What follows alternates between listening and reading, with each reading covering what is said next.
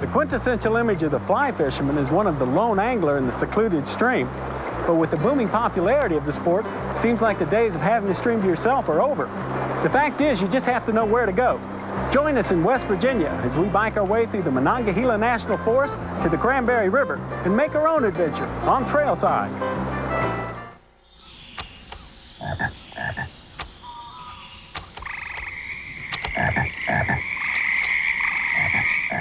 Trailside is brought to you by Chevy Trucks, right at home in the wild.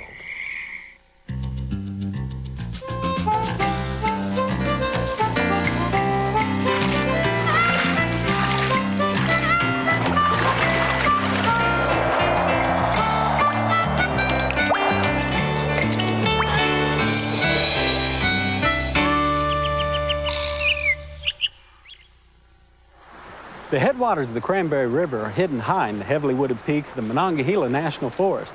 The Cranberry has traditionally been one of the more secluded trout streams in the eastern United States and considered to be one of the best. But a brush with the surrounding industrialization has threatened to kill the river. After a close call with acid contamination, the river underwent a massive restoration program and has emerged once again to be one of the premier trout streams in the country. My guide is Gil Willis from Elk River Touring Center. He's lived in the area for 25 years and been a mountain bike guide for the past 20. Good morning, Gil. Good morning, Brian. Welcome to West Virginia. Oh, I'm glad to be here. You catching anything this morning? Things are slow. As you can see by the color of the river, we had some thunderstorms yesterday. The river came up, it became off-colored, and now it's starting to recede some.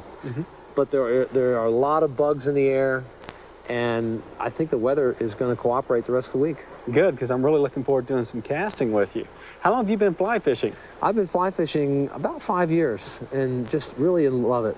So what do you do when you're not fishing? Love to mountain bike, love to hike, spend time with my family, run the inn, and just generally, you know, stay in the outdoors. Hell yeah. So is this the Cranberry River here? No, this is the Elk River. And we're actually going to be getting on mountain bikes in a bit and pedaling down a rail trail to the Cranberry catch and release area. Okay. So let's head back to the lodge and I'll show you where we're going. Great. What, you're not going to pedal in your waders? No, Brian, it's just not practical. I guess not. You found my maps. Yeah, I was trying to figure out where we're going. Well, let's open up the big one. Oh, okay. This green area here is the Monongahela National Forest. All right. Just under 1 million acres. This is Slaty Fork, and we're going to begin here, and we're going to start pedaling across Golly Mountain and parallel, but not enter, the Cranberry Wilderness, all the way over to the Cranberry Glades Botanical Area. We're going to stop there, take a break, walk around the boardwalk, see a lot of rare plant life that grows in that area. Yeah, that sounds good. Get back on our bikes, roll down through this gate, and enter the non-motorized section of the Cranberry River Road. Okay. And after that, we're going to continue down. We're going to find a shelter, camp overnight, get up the next morning, and fish hard. All right. So we're going to fish right here in front of the shelter. Correct, yeah. The river is actually 30 miles long, and we really like this section because it seems to produce the best fishing. Now that's what I want to hear. Yeah. Let's go inside and get some equipment. Okay. Hey, not a bad pair of boots for loners. You've got good taste, Brian. Those are mine. Oh, yeah? Yes. Here are your waders and your boots. Oh, okay. Here's an essential group of things that we're going to need for tomorrow's outing. All right. Sunscreen, bug spray, first aid kit, polarized glasses so that we can see the fish before they see us. Yeah. Digital camera so we can take some images in the catch and release area and I can email them to you. Yeah, and I can put them in my Photoshop and make them look bigger than they really are. Yeah, you can. Yeah. We've got a net and we've got a fly vest. Did you bring a hat with you? Yeah, I brought a hat and a shirt. Great. I brought an extra one just in case we need it. Okay. There's a few other items over here that'll go in the vest. Tapered leader, tippet, clippers, steel shot instead of lead shot. Lead shot's not very environmentally friendly for the stream itself. Okay. Large selection of flies, some streamers, some large dry flies, and some nymphs. And we have a small container here for your flies. Okay. And then, you know, some snacks and things in case we get hungry while we're fishing. I hope you brought more than that for supper. Oh, I've got a wonderful 5-course meal planned for you for tonight. All right. Last thing on the list is this wonderful handmade 7.5-foot mid-flex graphite rod. Oh, yeah, look at that guy. Perfect. So how are we going to carry all this? That's a good question. I've got a surprise for you, and I will, after you get this all packed up, meet me in the barn in a couple of minutes. Okay. I see what your special surprise is. Look at this thing. What's it called? Brian, this is the Bob trailer, and it's a unique trailer that's attached to the rear of the bike, and it's got a suspension system on the rear end of it. Oh, yeah. Real heavy-duty wheel. You can change the tires out depending on what kind of surface you're on. You've got a mud flat fender back there for wet, gritty conditions. Waterproof bag. I mean, it's really going on. So what you got in the bag? That's our kitchen tonight, and also a lot of our food for tonight's dinner and tomorrow's breakfast. Okay. Over here, Brian, is all your gear. All right. And let me go through this with you. Got a couple of pads to sleep on, a couple of sleeping bags, of course, for the shelter, a couple of helmets we need to wear, some extra food and clothing in here, hydration system, a couple of spare tubes, a pump, a CO2 cartridge or two, some tire patches, gloves, tools, bungees, and a small tarp, a couple of water bottles for you, and we're going to pack most of that on your trailer. What's left over we'll strap to mine, and you know, we'll be out of here. All right, great. So which one of these bikes is mine? Yours is right behind you there. Oh, okay. Oh, this will be perfect. Oh, yeah. So how many speeds is this? This is a 28-speed aluminum frame, real aggressive off-road tire, nice set of wheels on here, Shimano LX Grupo, great saddle, should be very comfortable for you. All right, great. Well, let's pack it up and hit the trail. All right.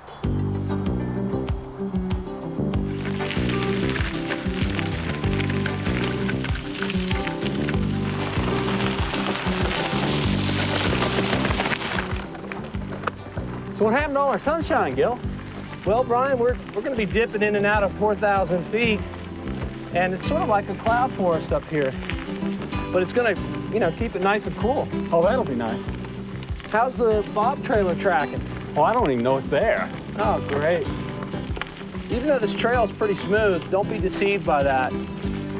We could get into some rough sections, and if we do, don't put too much weight on the front of that fork, or you could go over the handlebars. Okay. Also, brake evenly with both brakes, and keep your feet at 3 and 9 o'clock if we get into rough sections, and then lift yourself off the saddle. It's a little smoother. Okay.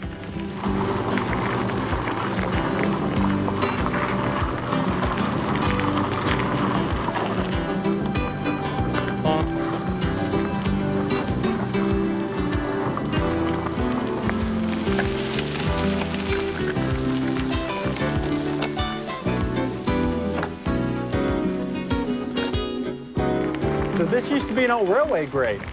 Yes, Brian.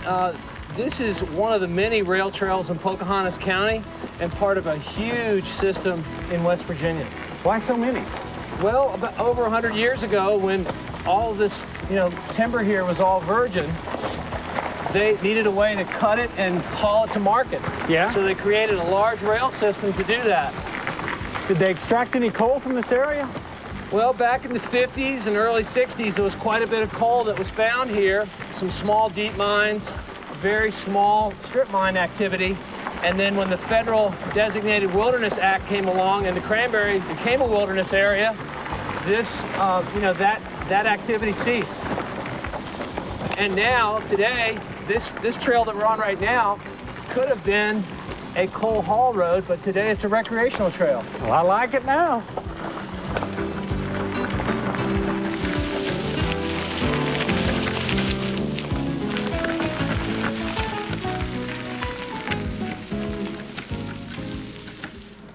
The trail sure has smoothed out. This is a great road. Brian, this is the West Virginia Scenic Highway, and originally it was planned to be a 150-mile road, and when it was finally completed, only 29 miles was finished. Why did they abandon the project? The construction on the project in its entirety was going to impact the black bear and the native brook trout habitat, so it was canceled. Well, you really got kind of the best of both worlds, because this is a great way to get to the backcountry. Yeah, it is a great way. We've got some uphill and some downhill coming up. So a couple tips on the uphill. We want to keep our cadence up, downshift with our right thumb. Oh, yeah. And when we get up and over and start on the downhill, keep your weight on the saddle, stay alert, and look down in front of us because this pavement can be deceiving. Okay. And then we've got about 2 more miles and we'll be at the Cranberry backcountry. All right.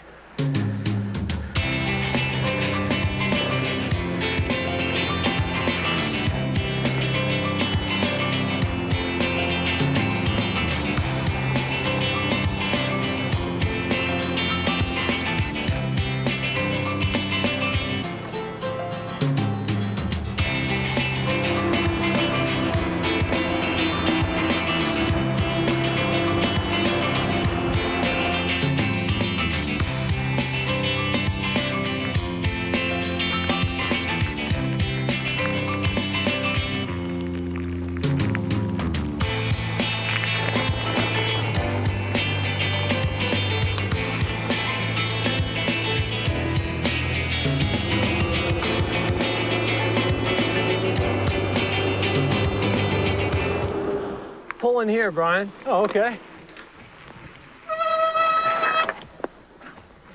All right. Feels good to stretch your legs. Boy, it sure does. So what's this area called? This is the botanical area that I told you about earlier. Oh, yeah. And we're going to head on in and check out some of the rare plant life, and hopefully we'll see some wildlife also. Oh, great. Come on, follow me.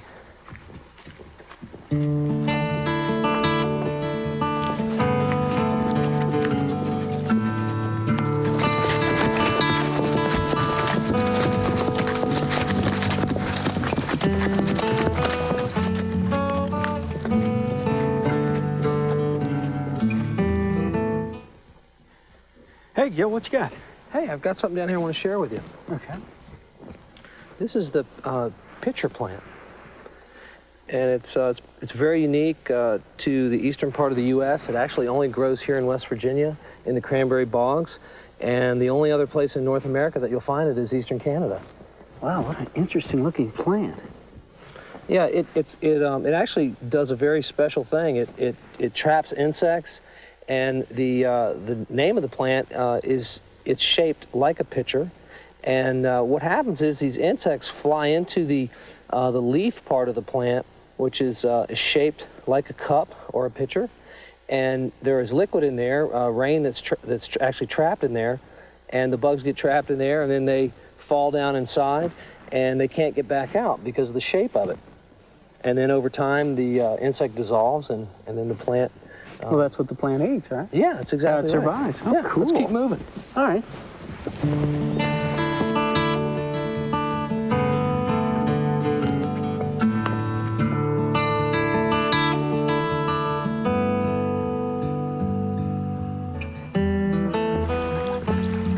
Well, this is a nice big open area.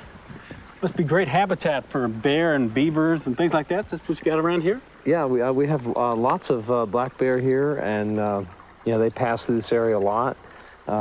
Beaver population is strong and healthy, and with the creek, of course, running through here in the headwaters of the Cranberry, there's a lot of fish life and reptiles and wood ducks and just a whole family of wildlife. Oh, sure. Looks like something might have ripped through here. Maybe a fire or something? I think this area burned, probably in the last century, but recently we've had a lot of high winds and ice storms from this past winter. Of course, the beaver, when they flood this area, it impacts the root systems on some of these larger trees, and then they die and eventually fall over.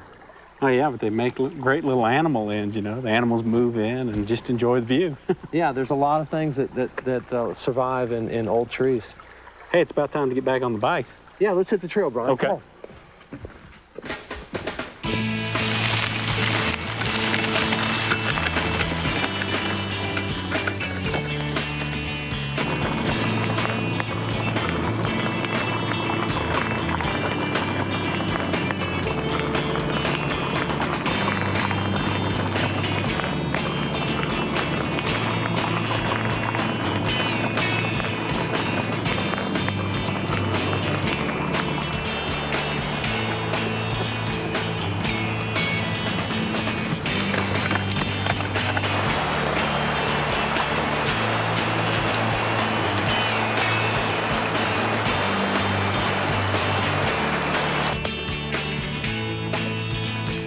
Gil, is it just me, or is it getting darker because it's getting later in the day?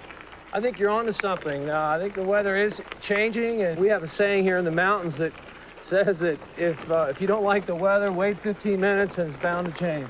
Oh yeah, as long as it doesn't affect the fishing. Oh, the fish always are going to have to eat. We need to find a shelter and get into that 5-course meal that I have planned for you tonight. What about that one over there? Hey, that one looks perfect. Let's go claim it. Okay.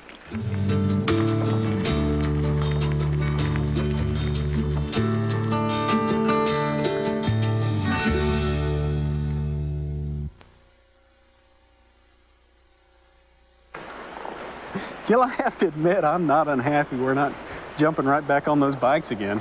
Are you a little saddle sore, Brian? Well, it's been a while since I've read that far. Well, you're in luck. Today, it's all about the casting. I heard that. The river looks a little fast today. Yeah, it looks fast, but the color looks good, and it's going to be a great day for fly fishing. Good. Now, what happened to the Cranberry? Rumor has it used to be a pretty good trout stream. The Cranberry was a superb stream, one of the best in the eastern U.S. And after all the work that's been done to it, it actually is almost back to where it was before. But in the late 60s and early 70s, state and federal biologists started noticing large fish kills after big rain events. So they studied it. They, of course, kept releasing fish. And what they noticed is that acid rain was affecting the pH level of the stream, and in turn, of course, killing fish and having effects on insect life also. Well, how in the world do you stop acid rain? I mean, you can't stop the rain. Limestone. Limestone. Oh, yeah, limestone's a base, so it would naturally lower the pH of the acid. Right. Oh. Well, how does something like that work?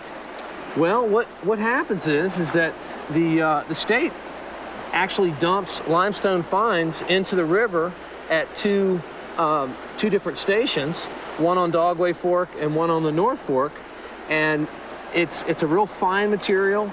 It's put in these cylinders that is actually motored by the water flow, and they turn, and the fines go into the river in a slurry mixture, and then they come back into the river, and the pH improves.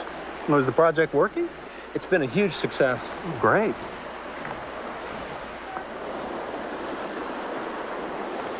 So what kind of fish you got around here, Gil? Well, Brian, we've got brook trout, which we call brookies. They range in size from about 8 to 14 inches. We've got rainbows that are a little bigger than that. They're 10 to 15, 16 inches.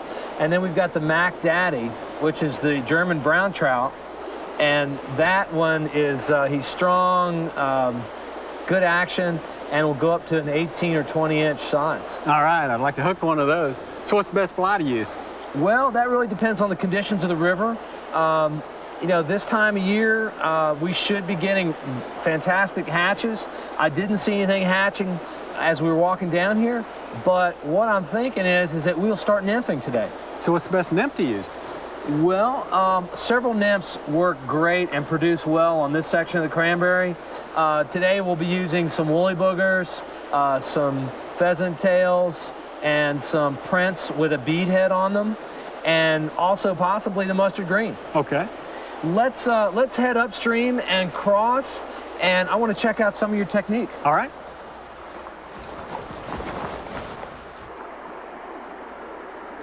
Brian, do you remember the traditional 10 and 2 technique? Yeah, I got pretty good at that. Well, we're going to be doing something completely different. It's All right. called a roll cast. Roll cast, you'll have to refresh my memory on that. Okay, it's pretty easy. Watch me. Take the rod, give yourself a little bit of slack with your left hand. Okay. Lift the rod, roll, stop, and then as the strike indicator starts to drift, mend that line back upstream. Okay. Okay? I'm gonna do it one more time. All right. Bring the nymph down here, lift, roll, stop, and mend. Okay, so you want to mend pretty quickly. Pretty quickly, yeah. Okay. Here, you try it. All right.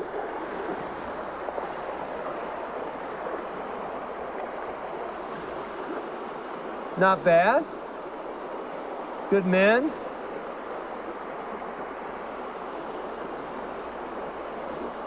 Brian, you're a natural at this. All I'm right. gonna go grab my gear and I'll catch up with you on the river. Okay.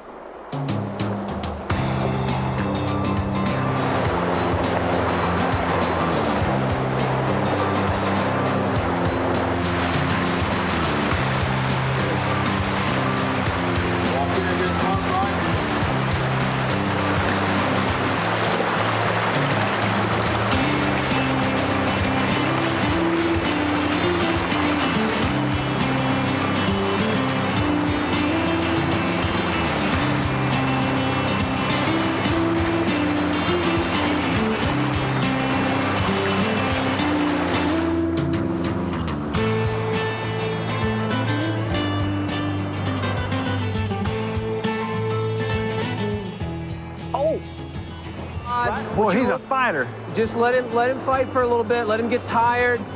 Let him do his thing. There you go. Keep him in that hole right there, Brian. Try not to let him get back in the current. Okay. If he gets in the current, give him I some. lost him. He got in that current like you were saying. I Yeah. lost him. Yeah, he was, I think he's a brown. Probably about 15 inches. Nice fish. Well, that's part of the catch and release. That's right, buddy. Let's see if we can have some luck upstream. Brian, things are a little slow in this section. Let's head downstream. I've got a Okay. good spot down there I want to share with you. All right.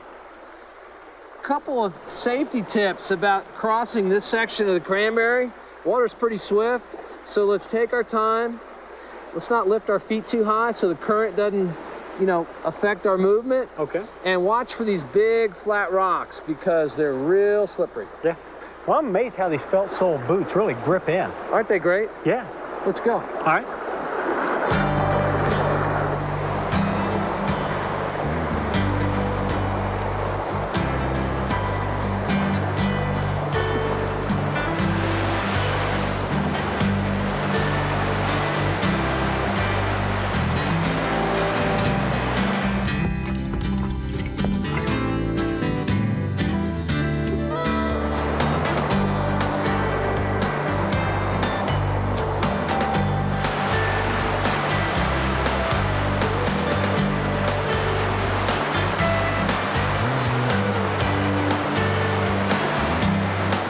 This looks like a pretty good run here, Brian.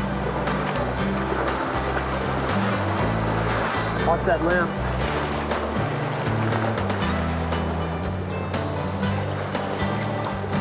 Nice drift.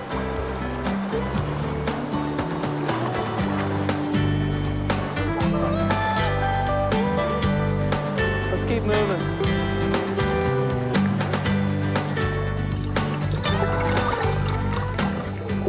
Gil, I got a fish.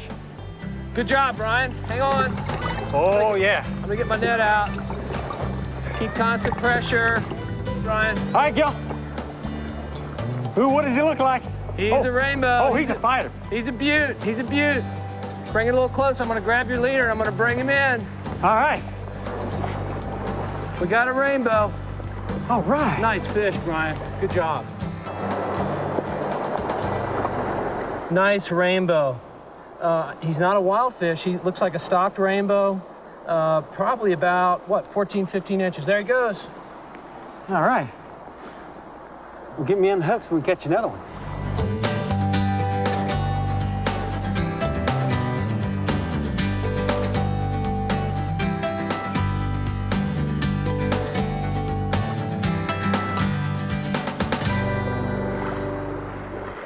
Cranberry River is a great ecological success story.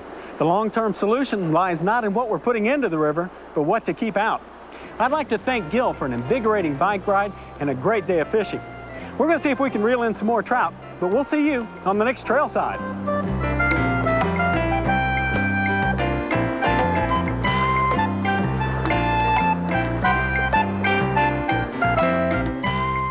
Selecting a safe and comfortable campsite is essential to enjoying any overnight stay.